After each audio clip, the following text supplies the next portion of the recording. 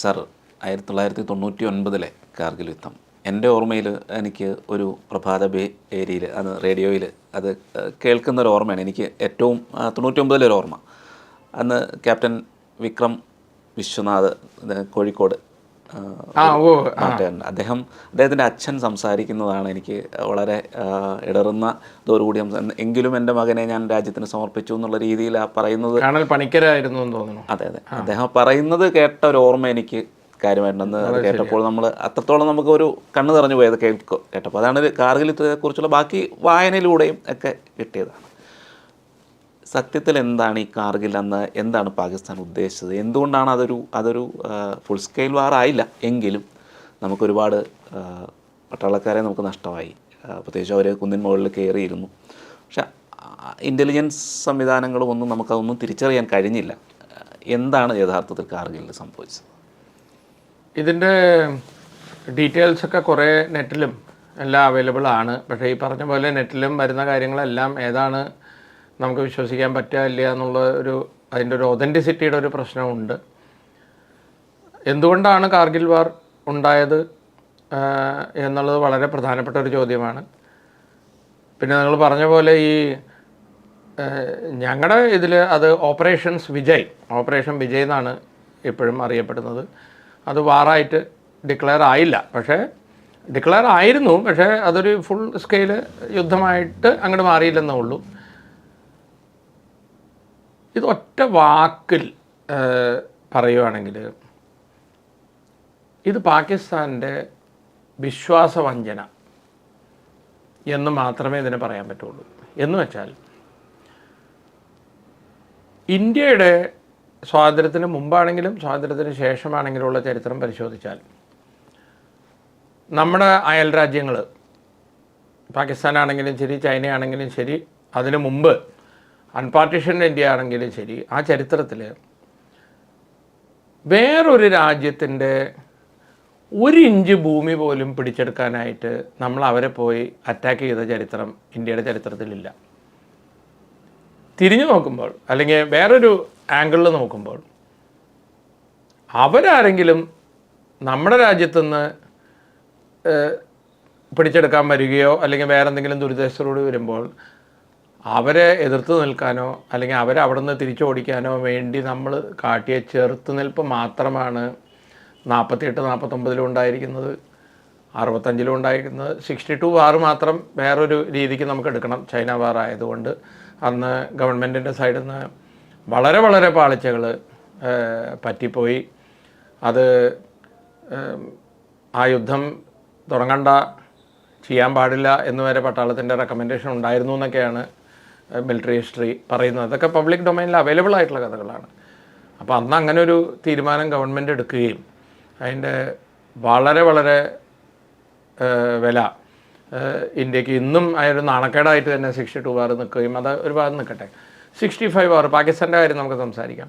71 വാർ എടുക്കുകയാണെങ്കിലും 71 വാർ slightly different ആണ്. പക്ഷെ അതും നമ്മളൊരു നിർബന്ധം ഇത് കാരണമാണ്. കാരണം അന്ന് ഈസ്റ്റ് പാകിസ്ഥാൻ, പടിഞ്ഞാറേ പാകിസ്ഥാൻ കിഴക്കൻ പാകിസ്ഥാൻ എന്നറിയപ്പെടുന്ന സ്ഥലത്തുനിന്ന് പാകിസ്ഥാൻ്റെ ദുർഭരണം, പീഡനം സഹിക്കാൻ വയ്യാതെ അവിടുത്തെ ആൾക്കാർ, ഇന്നത്തെ ബംഗ്ലാദേശ് എന്നറിയപ്പെടുന്ന ബംഗ്ലാദേശികൾ മൊത്തം ഇന്ത്യയിലേക്ക് ലക്ഷക്കണക്കിന് കോടിക്കണക്കിന് ആൾക്കാർ വരുമ്പോൾ അവരെ പറഞ്ഞുവിടാനും പറ്റുന്നില്ല, ഏറ്റെടുക്കാനും പറ്റുന്നില്ല. കാരണം നമ്മൾ തന്നെ ദാരിദ്ര്യത്തിലായിരുന്നു അന്ന്, ഭക്ഷ്യക്ഷാമമൊക്കെ നിൽക്കുന്ന സമയത്തായിരുന്നു.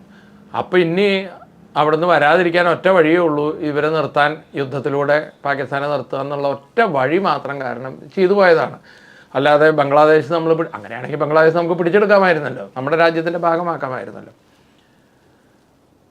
ഇതൊക്കെ നമ്മളെ ചൊറിഞ്ഞു വന്നവരെ തിരിച്ച് തുരത്താനോ അല്ലെങ്കിൽ തിരിച്ചൊരു ഉത്തരം കൊടുക്കാൻ വേണ്ടി മാത്രമേ നമ്മൾ ചെയ്തിട്ടുള്ളൂ. ഇനി വിശ്വാസവഞ്ചന എന്ന് ഞാൻ പറഞ്ഞതിൻ്റെ പ്രത്യേക കാരണം, ഈ കാർഗിൽ ഏരിയയിൽ ലഡാക്ക് ആണെങ്കിലും കാശ്മീർ ആണെങ്കിലും നമുക്കറിയാം, അവിടുത്തെ ഭൂപ്രകൃതി നോക്കുമ്പോൾ മലമ്പ്രദേശങ്ങളും വളരെ പൊക്കത്തിലിരിക്കുന്ന മലകളും ആൾക്കാർക്ക് കയറിപ്പോകാൻ പോലും പറ്റാത്ത സ്ഥലങ്ങളും, അതുപോലെ ക്ലൈമറ്റ് -50 ഡിഗ്രി വരെ പോകുന്ന, സിയാച്ചിൻ്റെ കാര്യമല്ല പറയുന്നത്, ഈ കാശ്മീരും ലഡാക്ക് ഏരിയ തന്നെ വിൻ്റർ സമയങ്ങളിൽ -40 -50 വരെ തണുപ്പ് വല്ലാതെ അങ്ങോട്ട് കുറഞ്ഞു പോകുന്നൊരു സിറ്റുവേഷൻ വരുന്നു. എത്തിപ്പെടാൻ പറ്റുന്നില്ലെന്ന് മാത്രമല്ല, ആൾക്കാർ എത്തിപ്പെട്ടാലും അവരുടെ എക്യുപ്മെൻറ്റും ബുള്ളറ്റുകളും പടക്കോപ്പുകളും ഒന്നും അവിടെ എത്തിക്കാൻ പറ്റാത്ത, എല്ലാം ഹെലി ഡ്രോപ്പ് ചെയ്യുന്നൊരു സിറ്റുവേഷനിലുള്ള ഭൂപ്രകൃതിയാണ് അവിടെ ഉള്ളത്. അവിടെ നമ്മൾ തമ്മിലുള്ളൊരു അണ്ടർസ്റ്റാൻഡിങ് പ്രകാരം അവിടെയുള്ള പോസ്റ്റുകൾ, അതായത് പട്ടാളക്കാർ കാവൽ നിൽക്കുന്ന സ്ഥലത്തിനെയാണ് പോസ്റ്റ് എന്ന് പറയുന്നത്.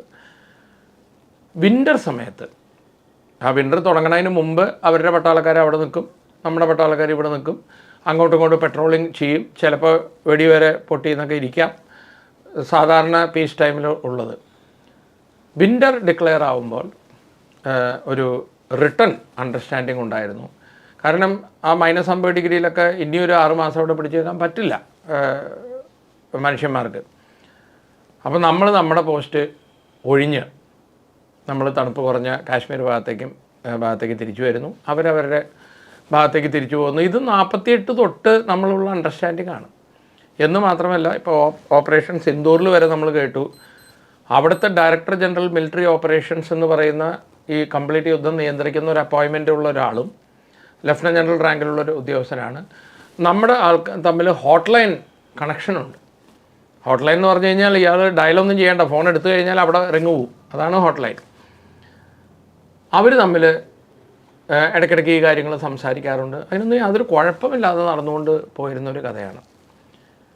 ഈ 98-99 സമയത്ത് എന്ത് സംഭവിച്ചു എന്ന് വെച്ചാൽ, 98 ആണെന്ന് തോന്നുന്നു, നമ്മുടെ മുഷറഫായിരുന്നു അന്ന് പട്ടാള മേധാവി, നവാസ് ഷെരീഫ് ആയിരുന്നു പ്രധാനമന്ത്രി.